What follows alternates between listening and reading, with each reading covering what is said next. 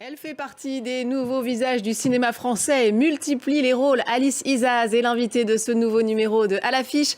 Bienvenue à tous et bonjour Alice Isaz. Bonjour, merci de me recevoir. On est ravis de vous avoir avec nous. Ensemble, on va parler donc de votre dernier film. Ça s'appelle Apache. Vous donnez la réplique notamment à Nils Schneider, Artus, Rod Parado. Peut-être vous pouvez commencer par nous expliquer qui sont ces Apaches qui donnent leur nom comme titre du film. Alors les Apaches, c'était des gangs qui existaient à Paris, au Paris de la Belle Époque dans les années 1900. C'était des gangs de voyous qui sévissaient, qui venaient de la périphérie parisienne et qui sévissaient souvent dans Paris intramuros. Par la presse, en réalité, qui les comparait aux Apaches tels qu'on les connaît, parce qu'ils étaient vus comme des sauvages un petit peu. Mais après, chaque gang à Paris portait un nom spécifique. Il y avait les Loups de la Butte, par exemple, à Montmartre. Il y avait un gang aussi connu, si je dis pas de bêtises, vers Bastille. Enfin, il y a plusieurs quartiers comme ça dans Paris qui avaient chacun leur gang. Alors c'est vrai qu'il y a un petit côté western, mais il y a aussi du Quentin Tarantino dans la violence explosive. Il y a le côté film d'époque. C'est vrai que c'est un film audacieux. Il est signé Romain Quiraud, qui ose donc le mélange des genres. On va regarder ensemble la bande-annonce et écouter le réalisateur. On sent toute l'énergie sur ce film. Je crois que vous parlez de grande épopée personnelle et professionnelle. Sans doute le tournage le plus fou que j'ai fait. Expliquez-nous. Bah, tout d'abord, c'est vrai que c'était la première fois que j'avais l'occasion d'interpréter un rôle aussi violent. Ouais. On a tourné finalement en peu de temps ce film. Donc ouais, ça a été une sacrée expérience. Et c'est vrai que d'intégrer comme ça cet univers des Apaches, c'est forcément... C'est tous les films d'époque. J'adore les films d'époque de manière générale, ouais. Mais là, c'est vrai que c'était un univers bien particulier que je connaissais pas en fait avant de tourner ce film. Et voilà, c'était vraiment une super expérience. Et c'est vrai que vous parlez de cette violence. C'est peut-être le film où vous êtes le plus transformé. Alors pas forcément physiquement, mais tout de même quand même justement dans ce regard. Ça vous a plu cet exercice justement d'aller un peu plus loin? Ouais, c'est pour ça que je fais ce métier. C'est pour avoir l'occasion d'interpréter des personnages qui sont finalement loin de moi. De pouvoir les comprendre. Et puis c'est aussi un personnage de femme forte. C'est le rôle principal. Et puis elle a définitivement pas l'intention de se laisser faire par qui que ce soit. C'est rare des rôles aussi forts pour des personnages féminins. Ça vous a donné encore plus envie d'aller vers ce personnage? C'est vrai que c'est rare d'avoir de si beaux rôles féminins au cinéma. Donc effectivement, ça a été le premier argument pour moi pour accepter de faire ce film. Puis après, c'est vrai qu'il y a eu la rencontre avec Romain Quiraud, dont j'avais vu le premier film, Le Dernier Voyage de Paul W.R. Et j'ai vu ce qu'il avait été capable de faire avec un si petit budget, un film de science-fiction. J'ai adoré son univers et je me suis dit que c'était évident pour moi d'aller avec lui dans un film d'époque, dans les années 1900.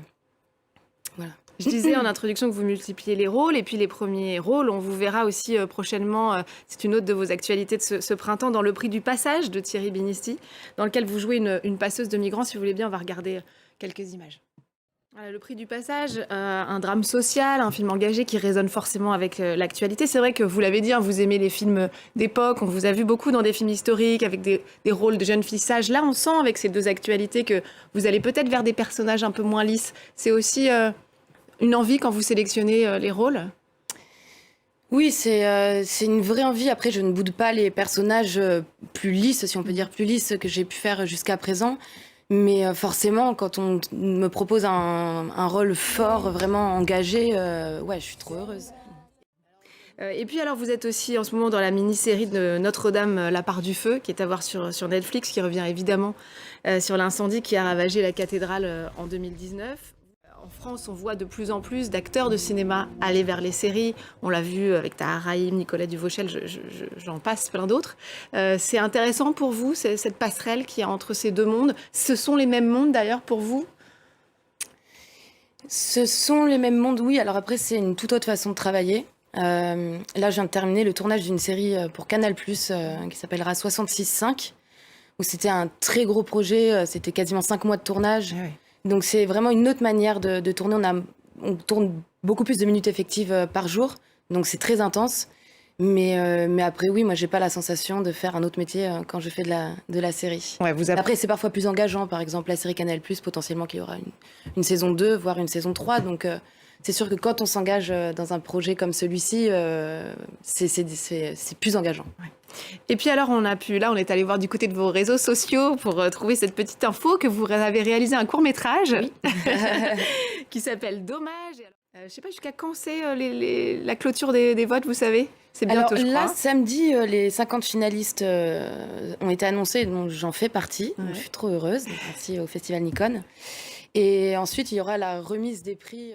Plus globalement, vous avez des envies de passer derrière la caméra, peut-être pour des formats plus longs, ou c'est une... J'adorerais, oui. Ouais. C'était l'occasion pour moi, le Festival Nikon, en tout cas, de m'essayer à la réalisation sur un format court, donc c'est moins effrayant, si ce n'est que le format de 2 minutes 20 est quand même compliqué. Oui, c'est un challenge. Complexe que je l'imaginais. Mais en tout cas, ça m'a vraiment plu. J'ai adoré faire ça, donc j'aimerais beaucoup recommencer. Alors, il y a forcément une question, quand on parle à une femme et de réalisation. Là, récemment, au dernier César, il n'y avait pas une femme dans la catégorie reine de meilleure réalisation. Ça vous inspire quoi? J'ai trouvé ça évidemment décevant, étonnant aussi. Voilà, je ne connais pas les raisons pour lesquelles elles n'ont pas été finalement dans la catégorie meilleure réalisatrice.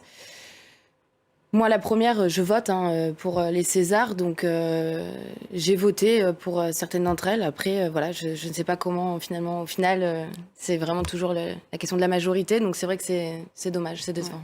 En tout cas, il y a des places à prendre, donc on vous souhaite d'aller vers cette envie de réalisation. Merci beaucoup, Alice Izaz. On finit toujours nos émissions avec des invités par un coup de cœur culturel. Et vous m'avez fait découvrir une très talentueuse artiste. Elle s'appelle Coralie Carmen Flores. Dites-nous quelques mots sur son univers. Son nom d'artiste, du coup, c'est Coralie. Ouais.